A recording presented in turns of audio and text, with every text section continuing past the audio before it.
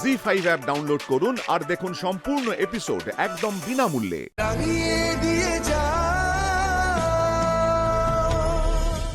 আমি যতদিন না ক্যাম্প থেকে ট্রেনিং শেষ করে ফিরতে পারছি ততদিন শিউলি আপনাদের বাড়িতেই থাক।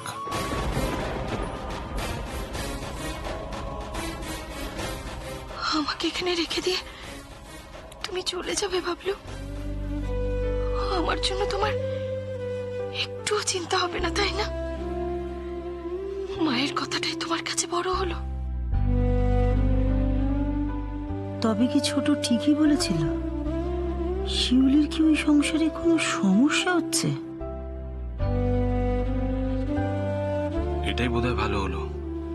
মা যে রেগে আছে শিউলির ওপর, আমার অনুপস্থিতিতে শিউলি ও বাড়িতে থাকলে হয়তো আরো ঝামেলা হবে। হ্যাঁ মাপ্পা, আমিও ঠিক করেছি যে এই কদিন তোমাদের সঙ্গে থেকে বাড়ির সব কাজকর্ম শিখে নেব।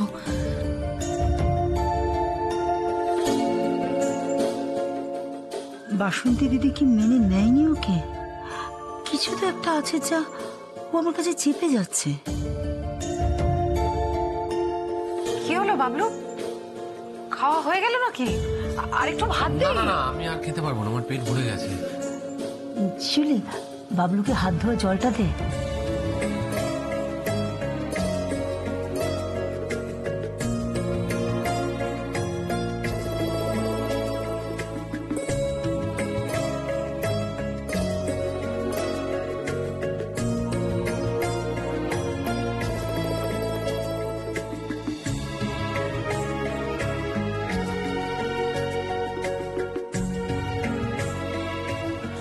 বাবা, বাবলু শিউলিকে কেন এখানে রেখে যেতে চাইছে?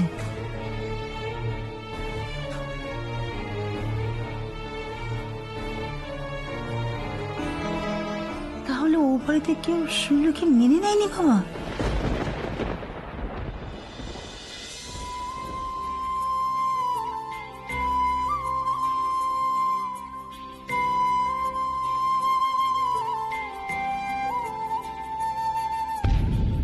কত জল ঢালবে? বন্যা হয়ে যাবে তো। মেসমশাই, মেসমশাই আছেন নাকি?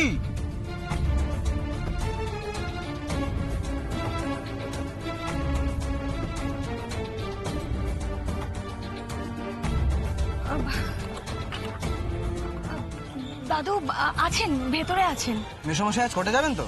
আমরা ওনার সাথে যাবো বলে এসেছি। ও আপনারা অপেক্ষা করুন না, আমি দাদুকে ডেকে দিচ্ছি। হ্যাঁ, শিউলি মা, তুমি কবে এলে? অষ্টমঙ্গলা এসেছো বুঝি বরকে নিয়ে?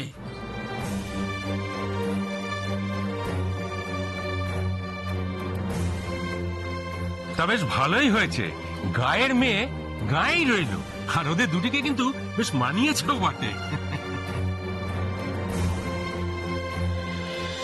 আরে আরে আরে আরে তোমরা সকলে তো এসে গেছো দেখছি, খুব ভালো হয়েছে। আমি তো যাবো বলে একদম তৈরি হচ্ছিলাম আর কি। হ্যাঁ কর্তাবাবু, আমরা সকলে আপনার সঙ্গেই যাব। আসলে কর্তাবাবু, আমরা আগে কখনো কোর্ট কাছারি যাইনি তো, তাই আপনি সঙ্গে থাকলে আমরা একটু ভরসা পাই। বেশ বেশ বেশ, চলো চলো। বোমা, ওই সুজয়ের খাওয়ার লোকে পাঠিয়ে দিও, আমি ওদের সঙ্গে এগোচ্ছি। ও হ্যাঁ বাবলু, তুমিও তো যাবে। তুমি এক কাজ করো, তুমি বরং শিলুকে সঙ্গে নিয়ে চলে এসো একদম। দাদু বলছিলাম, শিউলির আবার কোর্টে যাওয়ার কি আছে? ও বরং বাড়িতেই থাকুক না।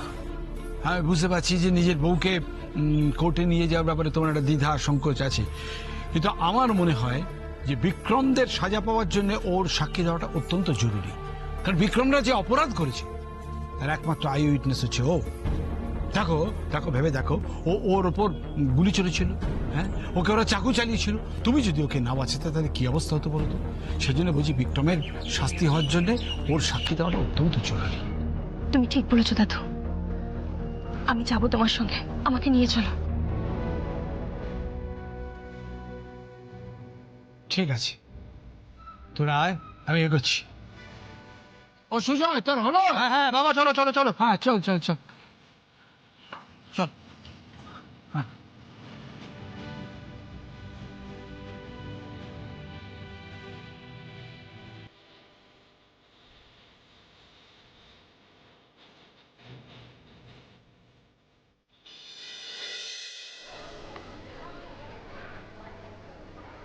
কি করে এরা এতক্ষণ দেরি হয়ে গেল, কারোর আসার কোনো পাত্তা নেই। খুব চিন্তা হচ্ছে না বাবা? হ্যাঁ বাবা, খুব রোদ উঠেছে কিন্তু তোমার কিন্তু শরীর খারাপ হয়ে যাবে। তুমি এসো তো আমার সঙ্গে বেঞ্চটা একটু বসবে। তুমি বসো এখানে, বসো, বসো, বসো। না, আমার একটা খুব অস্বস্তি হচ্ছে। অস্বস্তি আরো বাড়বে বাবা, তুমি যদি কোর্টের মধ্যে যাও অস্বস্তি আরো বাড়বে, আমি তোমাকে বলছি। আমি তো আছি। আরে কি, না না, আমার কোর্টের মধ্যে যাওয়াটা খুব দরকার, খুব কোনো দরকার। দরকার বাবা, বাবা শোনো, একটু শান্ত হও বাবা, একটু শান্ত হও। দেখো কোর্টের ভেতরে কি হচ্ছে না হচ্ছে আমি সবকিছু তোমাকে এসে আমি জানিয়ে যাবো। আর কোর্ট শেষ হয়ে গেলে আমরা দুজন রিক্সা করে বাড়ি ফিরে যাবো। তো একটু শান্ত হও, একটু বস বস বস বস। আমি জল এনে দিচ্ছি, একটু খাও, বস বস। এই তো বলতে বলতে বাবলু এসে গেছে, তুমি শুধু শুধু চিন্তা করছিলে। এই তো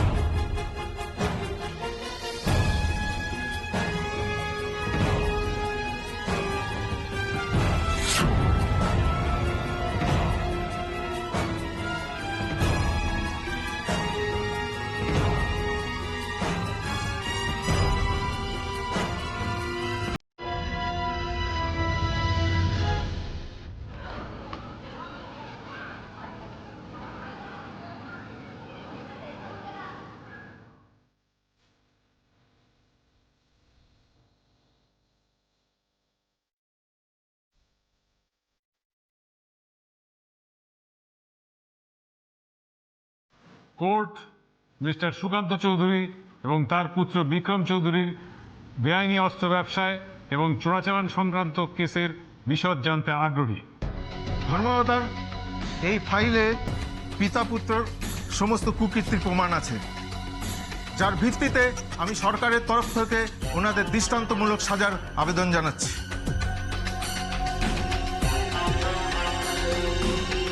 আমার শ্রদ্ধেয় বন্ধু অত্যন্ত উচ্চাকাঙ্ক্ষী ধর্মাবতার। অপরাধ প্রমাণ হওয়ার আগেই তো উনি দৃষ্টান্তমূলক শাস্তির দাবি করছেন। এই কেসের ফল তো দিনের আলোর মতন পরিষ্কার। হ্যাঁ, আলোর নিচেই তো থাকে অন্ধকার।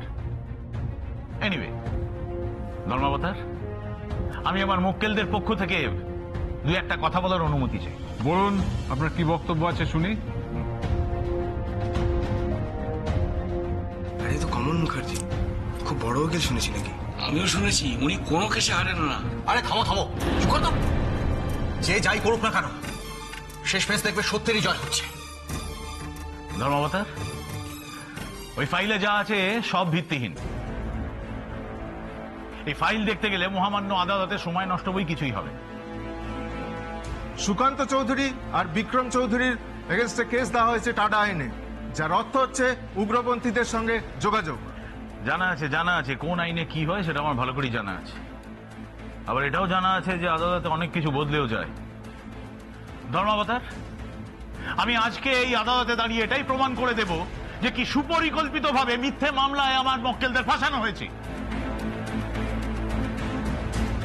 তার জন্য সর্বপ্রথম এই উইটনেস বক্সে আমি মেজর রানা রায়কে আসার জন্য অনুরোধ করব।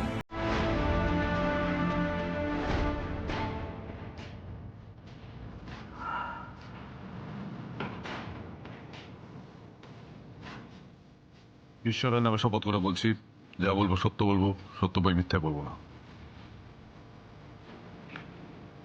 সত্য বলবেন বলে তো শপথ নিলেন, বলুন সত্যটা শুনি। ইওর অনার, আমাদের কাছে অনেকদিন ধরে ইনফরমেশন ছিল যে সুকান্ত চৌধুরী আর বিক্রম চৌধুরী গোপনে গোপনে অনেক অন্যায় ঘটিয়ে চলেছেন। তাই আমরা কৌশলে সুকান্ত চৌধুরীর বাড়িতে ইলেকট্রনিক বাগিং করে ওদের সমস্ত প্ল্যান রেকর্ড করি। মিথ্যে বানিয়ে বলছেন উনি। মিলন জি5 ডাউনলোড করুন আর সব এপিসোড দেখুন একদম ফ্রি।